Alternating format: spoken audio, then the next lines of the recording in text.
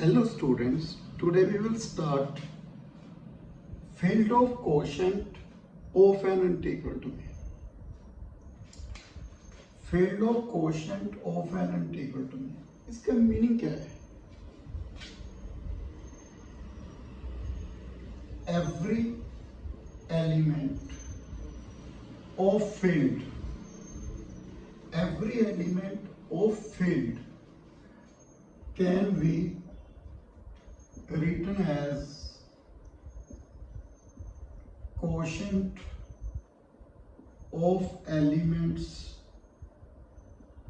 of integral domain. किस form में लिखना है बेटा? क्वोशंट की फॉर्म में. जैसे बेटा A B belongs to domain, then A upon B belongs to F. Field of quotient of an integral domain. Every element of field can be written as quotient of element of integral domain. First, हम इसको define करेंगे. Definition बेटा क्या है? Let D be an integral domain. Let D be an integral domain. Okay जैसे बेटा मैं एक साथ में आपको एग्जांपल लेके बता रहा हूं कैसे मैं इसको डिफाइन करूंगा डेफिनेशन को. Let D is a set of integer -3 -2 -1 0 1 2 3 up to so. Clearly this one is integral domain. Integral domain की डेफिनेशन क्या है? Ring with unity and without zero divisor. Unity भी है, विदाउट जीरो डिवाइजर भी है. क्या definition थी? A B equal to zero, A equal to zero, B zero into to equal to zero zero. तो बेटा this one is integral domain. Clear है? Set of integer आपको मालूम है ring. So ring with unity without zero divisor. So this one is integral domain. मैंने यही कर दिया. अभी मैंने आपको क्या बताया था बेटा? Every element of field is written as quotient of the element of integral domain. तो कम से कम हमें 2 एलिमेंट चाहिए ना इसमें. तो जो इंटीग्रल डोमेन है इसमें एट लीस्ट 2 एलिमेंट होने चाहिए. सेकेंड, मैंने D क्रॉस D क्या लिखा बेटा? Pair A B such that A B belongs to D. बेटा इसमें मैंने एलिमेंट क्या लिखे? up to -2 1, okay, 1 -2 -12 6 0 1 1 0 12 4 3 1 ऐसे लिख लिया. मैंने क्या बताया था बेटा? किस फॉर्म में लिखना है? क्वोशंट की फॉर्म में. तो इसको ऐसे लिखता हूं बेटा 2/1 -12/6 0/1 12/4 3/1. यदि मैं इसको लिखता बेटा 1/0, 1/0 इज नॉट डिफाइंड. तो मैं इसको मॉडिफाई करूंगा बेटा. क्या? D cross D star. D star क्या है बेटा? D -0 एक्सेप्ट 0, बिकॉज यहाँ पे B 0 नहीं होना चाहिए क्योंकि 1/0 इज नॉट डिफाइंड. तो मैंने इसको मॉडिफाई किया. क्या लिखा बेटा?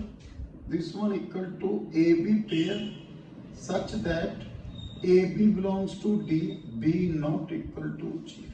तो फर्स्ट पॉइंट क्लियर है. ये क्या लिखा मैंने? D cross D star Cartesian product is equal to pair A B such that A B belongs to D and B not equal to 0. Okay आगे देखो बेटा, इसकी वैल्यू क्या है? -2. इसकी वैल्यू भी -2 है. But -2 not equal to -12 6. तो हम यहाँ पे क्या डिफाइन करेंगे बेटा? एक पॉइंट वो डिफाइन करेंगे. -2/1 means a upon b equal to c upon d if ad equal to b. यहाँ देखो a b c d -2 6 1 into -12. तो मैंने इसको क्या डिफाइन किया बेटा? defined a binary operation, defined a binary operation equivalent to on D, on बेटा इसको मैंने S ले लिया, let S, on S such that AB pair equivalent to CD pair if and only if AD equal to BC. सो बेटा मैंने इस pair को question को इसमें ऐसे लिख रहा हूँ बेटा, ये भी और कोई प्रॉब्लम नहीं है इसमें, तो मैंने ये लिख लिया बेटा, क्लियर हो गया पॉइंट।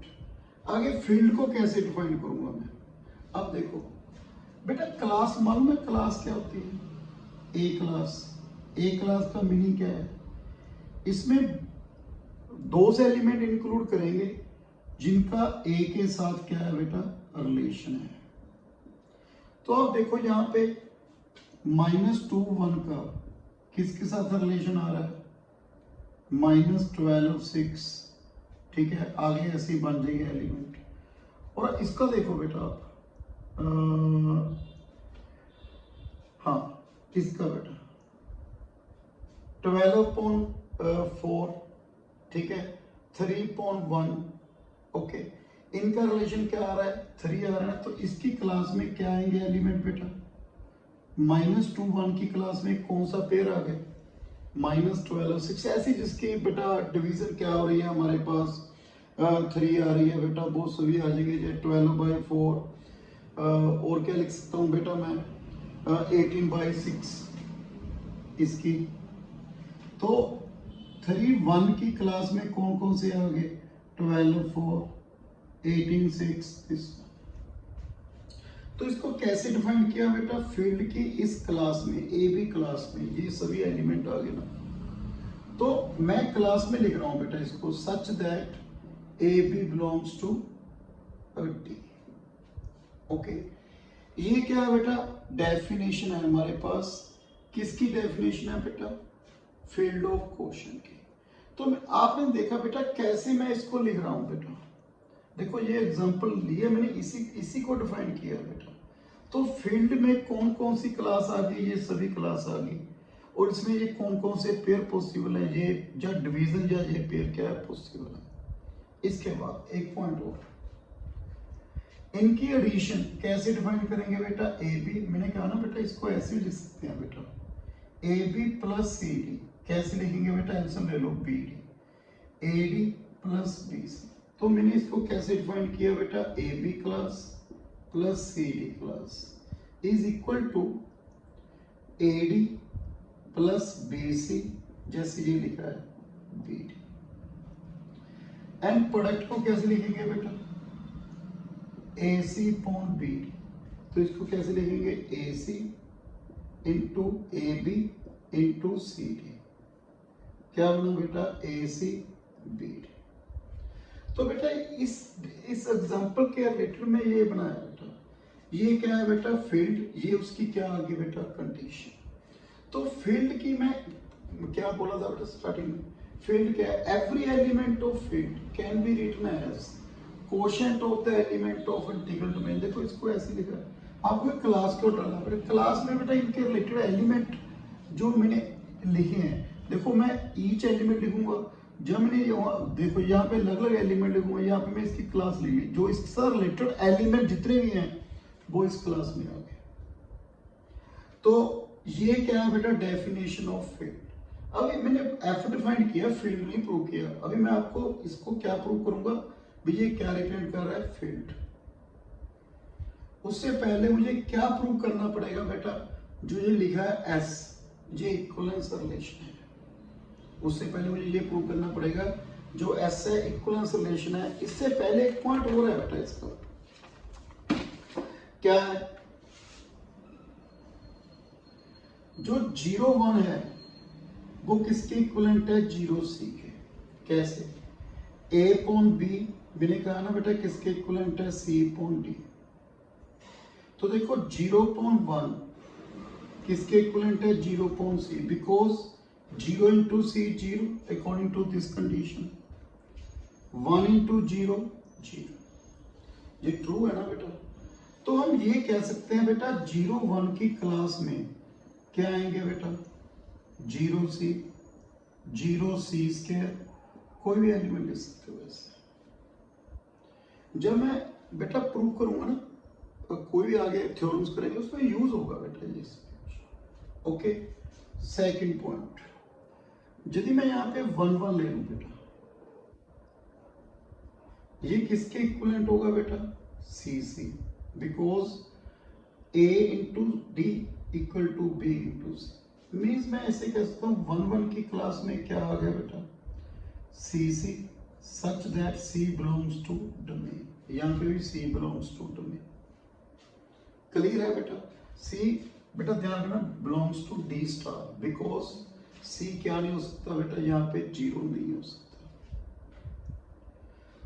क्लियर है पॉइंट बेटा, ऐसे आपने लिखना है। अब मैं क्या करने वाला हूं प्रूफ बेटा, जो एस है वो इक्विवेलेंस रिलेशन क्या कर रहा है बेटा, सेटिस्फाई कर रहा है। तो ये तो डेफिनेशन थी बेटा किसकी, फील्ड ऑफ क्वेश्चन की।